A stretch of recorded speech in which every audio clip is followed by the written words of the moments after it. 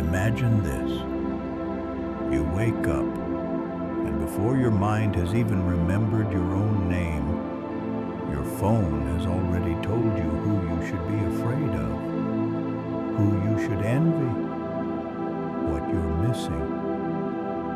News, notifications, endless opinions. Your day hasn't started, and yet your heart is already racing. Now picture something completely different. A man sits under a tree.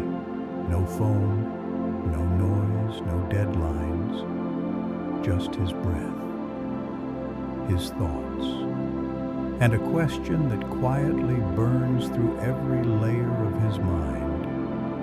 Is there a way to live without suffering? That question was asked over 500 years ago. But if you listen closely, you can still feel it moving under the noise of your own life.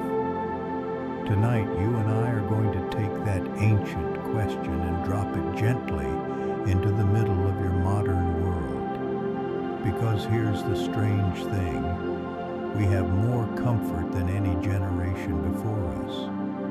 Yet anxiety feels higher, loneliness feels deeper, stress feels normal. Buddhism suggests simple tools for this. A few quiet minutes of sitting each day watching thoughts like clouds. A notebook where you write not what happened, but how you reacted inside. Conversations with people you trust, where you ask, what do you notice about me when I am stressed, when I am kind, when I am closed?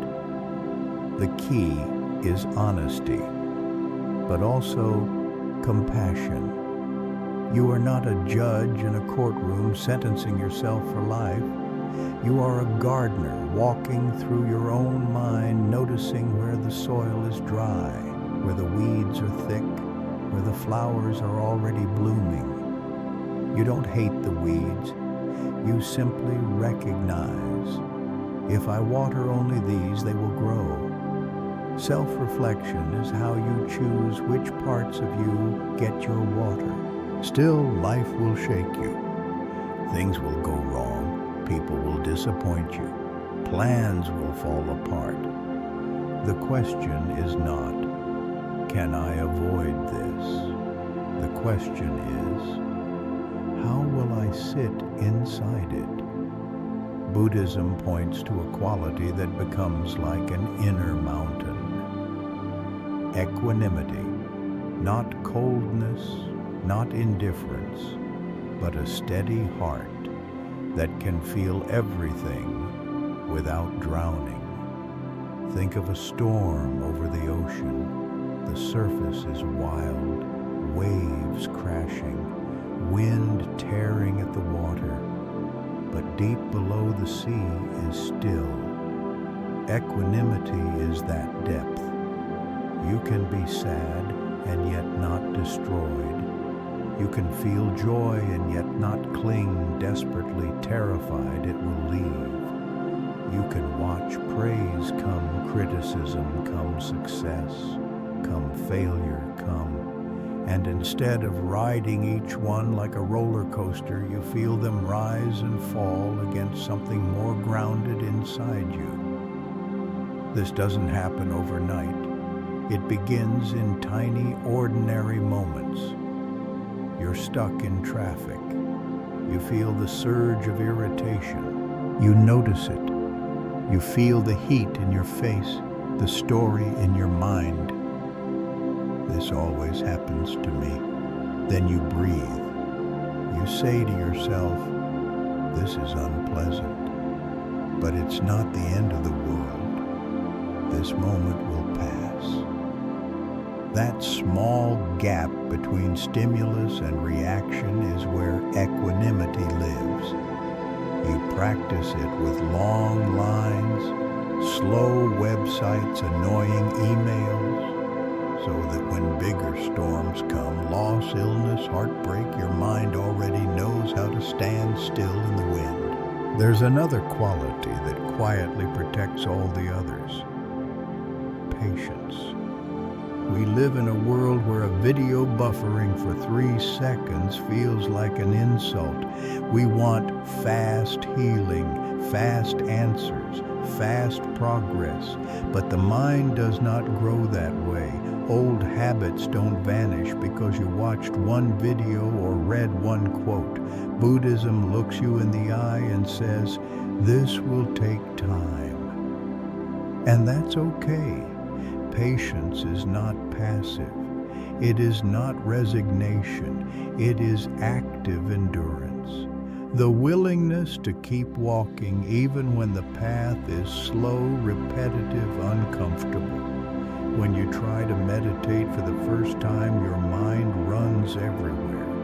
When you try to live with intention, you still snap, still gossip, still fall back into old reactions. Without patience, you conclude, "I'm just not good at this. I'll never change." With patience, you see something different. "I am learning. This is what learning looks like. Messy, imperfect, but moving." Patience also softens how you see others. You remember everyone is carrying invisible weight. Everyone is wrestling with their own patterns, fears, traumas. So when they fail you, you can still set boundaries. But you don't have to poison yourself with hatred. You can hold your line and still hold your humanity. Patience is what lets you say, "I don't understand their journey, but I see that they are on one," and suddenly the world feels less like a battlefield and more like a school. Under all of this sits one stubborn illusion: the idea that you are a solid, separate me who must protect itself at all costs. The ego. In daily life, ego sounds like "I'm right," "I'm offended," "I deserve more," "I'm better than them," "I'm worse than them." It's not just arrogance, it's also insecurity, comparison, self-obsession. Buddhism doesn't say you have to erase your personality or pretend you don't exist. It simply asks you to question how solid this me really is. Your body has changed since you were a child. Your thoughts have changed, your beliefs, your preferences. You have been many versions of you. Which one is the real one? The more you look, the more slippery the self becomes. You start to see that who you are is not a fixed object, but a moving process, a conversation between body-mind experience and the world. When you loosen your grip on a rigid identity, interesting things happen. You don't need to win every argument, because being right is not your only way to exist. You don't need to impress every room, because your worth is not a fragile performance. You become more flexible, more open, more willing to learn. Letting go of ego is not about becoming small, it's about becoming spacious.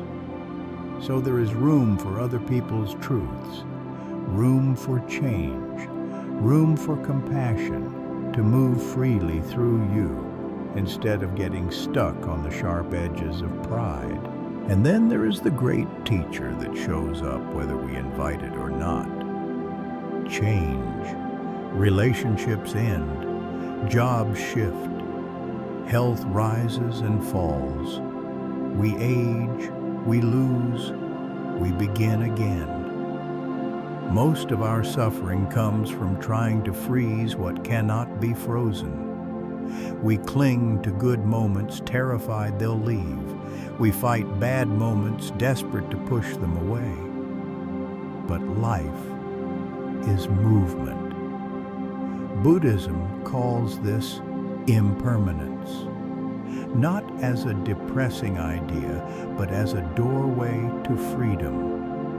When you understand deep down that everything is changing, you stop asking the world to keep promises it cannot keep.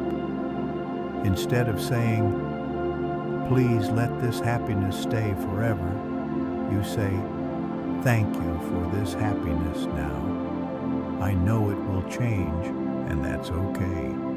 Instead of saying, "May this pain never have existed," you say, "This pain is here. It too will shift. I will breathe with it until it softens." Impermanence gives you two gifts, gratitude and courage. Gratitude because you realize every ordinary moment is secretly rare. This cup of tea, this conversation, this sunset, this breath. None of them will ever repeat in exactly the same way. Courage, because you realize no state, not heartbreak, not fear, not confusion, can trap you forever. The river is always moving, and in that movement, there is always the chance to begin again. All of these teachings spiral toward one thing: compassion. Not a soft, sentimental feeling, but a deep, clear willingness to meet suffering with presence and care. We usually sit inside our own story, my problems, my pain, my plans. Compassion cracks that shell. You start to feel in a very real way that everyone around you is carrying something heavy. The woman in the store who snapped at you, the friend who went distant, the stranger who cut you off in traffic. Behind each behavior is a mind struggling with fear, loss, stress, old wounds. Compassion doesn't mean you let people walk all over you. It does mean you stop adding extra cruelty on top of what already hurts. You can say no with a soft heart. You can protect yourself without wishing harm. You can walk away without closing your eyes to the other person's humanity. Buddhism offers simple ways to grow this capacity. You sit quietly and repeat in your mind, "May I be safe." So what if the real problem is not that life is hard, but that we were never taught how to hold it? Stay with this until the end, because I'm going to walk you through a series of quiet Buddhist shifts that can reshape the way you move through your day, how you deal with people who hurt you, how you choose your actions, how you relate to your own thoughts, how you stand still in the middle of chaos. And there's a subtle twist waiting at the end. You might discover that you don't need to become anything new. You might only need to remember something you've always had. Let's begin. May I be peaceful. May I be free from suffering. Then you extend it. May you be safe. May you be peaceful. May you be free from suffering. First to someone you love, then to someone neutral, then slowly even to someone who hurt you. Your mind might resist. That's okay. Compassion is a muscle. You don't lift the heaviest weight on day one, but each repetition changes you. Your face softens more easily. Your anger cools more quickly. Your sense of separation starts to crack. And one day, in the middle of an ordinary moment, you feel it.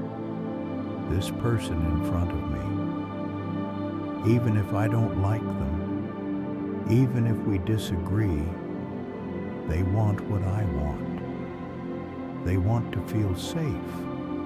They want to feel loved. They want their life to matter. From that recognition, a different world becomes possible. So, where does this leave you right now? Watching this with your own real life waiting outside the screen, you might feel a pull to fix everything at once, to forgive everyone, to always be patient, to never lose your temper again. That is the ego sneaking in through the back door. Buddhist wisdom is quieter. It says, start small, start here, start now. Choose one tiny practice from everything you've heard. One person to loosen your grip around. One intention to carry into your morning. One generous act you will give without telling anyone. One moment of honest self-reflection before you sleep. Then repeat, over days, over weeks, over years. The real path is not dramatic. It looks like 1,000 ordinary choices you make when nobody is watching. Here is the twist. You are not becoming someone new. You are clearing the dust from who you already are underneath the noise. A mind capable of clarity, a heart capable of compassion, a being capable of walking through suffering without being defined by it. If you felt something open, even a little while listening, hold on to that. Protect it. Feed it. And if you want to keep walking this path, let this not be the end, but the beginning. Because there is so much more we can explore together, from the art of mindful breathing to meeting fear without running, to using everyday problems as training for awakening. For now, take a breath. Place one hand gently on your chest. Notice that you are here, alive, capable of change, and quietly, in your own way, take your next step. Imagine someone you still haven't forgiven. Maybe it's obvious. A betrayal, a cruel sentence that still echoes in your mind. Or maybe it's small, a forgotten promise, a moment where someone should have been there and wasn't. Most people think forgiveness is a gift you give to the other person. I'll forgive you when you deserve it. Buddhism turns this upside down. It says holding on to anger is like gripping a burning coal and waiting for the perfect moment to throw it. The longer you hold it, the more you burn. Notice what your body does when you remember that person. Your jaw tightens, your chest hardens, your stomach pulls inward. That's a prison, not for them, for you. Forgiveness in this light is not you saying, what happened was okay. It is you saying, I refuse to let this pain own me anymore. It begins with seeing clearly all beings are imperfect, including me. That doesn't mean you invite harm. It doesn't mean you stay in toxic places. It means you loosen the knot in your own chest, so your life doesn't orbit around an old wound. If you want to feel this in a simple way, try this tiny practice. Bring to mind one person who hurt you. Notice the story that rises up. Notice the anger. Don't fight it. Don't judge it. Then add one more sentence in your mind. Just like me, they are confused. Just like me, they want to be happy. Just like me, they make mistakes. You don't have to believe it completely. You just have to let it sit there, like a small candle in a dark room. Forgiveness is not an instant switch. It's more like a slow thaw. Each time you choose to release a little anger, you melt another layer of ice around your heart. And as that ice melts, you make space. Space for intention, space for a different way of living. Most of us live on autopilot. We wake up, open the same apps, rush into the same arguments, repeat the same complaints. At the end of the day, we say, "I don't know where the time went."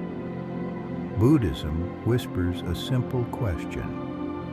What are you actually aiming your life at? Not in terms of goals, like money status or achievements.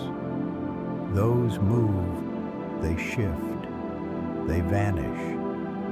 But in terms of values, when you peel everything back, what do you want your life to stand for? Kindness, truth, non-harm, clarity. In Buddhist teaching, intention is like the steering wheel of karma. Every word, every action, every silence, it's all driven by something underneath. Most of the time we don't look under the hood, but you can, quietly, without drama. Before you speak, ask, why am I saying this?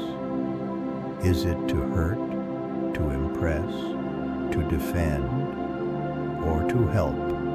Before you do something, ask, is this aligned with the person I'm trying to become? You'll be surprised. Sometimes the answer cuts straight through you. Sometimes it's gentle. The point is not perfection. The point is awareness. A life lived with intention feels different on the inside. You might still answer emails. You might still wash dishes. You might still argue with your partner, but underneath, there is a quiet thread. I am trying to move from kindness. I am trying to reduce harm. I am trying to wake up, not sleepwalk. And here's the secret. You don't need to wait for a big moment. You can set an intention as simple as, today I will slow down before reacting. Today I will speak one truth gently. Today I will choose one action that reflects compassion. Tiny intentions, repeated daily. They rewire the whole story of your life. There is another force that breaks open the walls of the self. Generosity. Most people hear generosity and think of money, donations, big gestures. But in Buddhism, generosity is much larger. It's the way you give your attention without constantly dragging it back to yourself. It's the way you offer your time without silently keeping score. It's the way you share your knowledge, your encouragement, your patience. Look at your day. How many moments are spent protecting, defending, hoarding energy? I don't have time for this. I don't want to listen to this again. I've got my own problems. The mind closes. The world shrinks. Buddhist practice invites another move. What if just once today you opened instead of closing? You answer the message fully instead of with the shortest possible reply. You stand in line and let the person in a hurry go in front of you. You listen without waiting for your turn to speak. None of these things seem huge, but they all do something subtle. They loosen the heavy grip of me, mine, my story. Every time you give freely without expecting applause or debt, you crack the shell of the ego. You begin to feel something wider. We are not separate. We're in this together. And strangely, it doesn't leave you empty. After a genuine act of generosity, have you noticed? You breathe deeper. Your chest feels lighter. The day feels a little cleaner. It's almost as if in helping someone else, you've secretly helped yourself, because you have. But to live like this, you need one thing most people run from: honest self-reflection. Not the late-night overthinking where you punish yourself for every flaw. Not the anxious spirals where you replay conversations and wish you were different. Buddhist self-reflection is quieter, more gentle, more precise. It sounds like, what was really happening in my mind just now? What did I hope to get by reacting that way?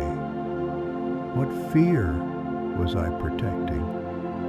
Imagine your mind as a room you've been living in for years with the lights off. Self-reflection is you turning the light on, not to judge the mess, but to finally see where it is. You might notice patterns. You always get defensive when someone disagrees. You always feel small in certain social situations. You always escape into distraction when you feel lonely.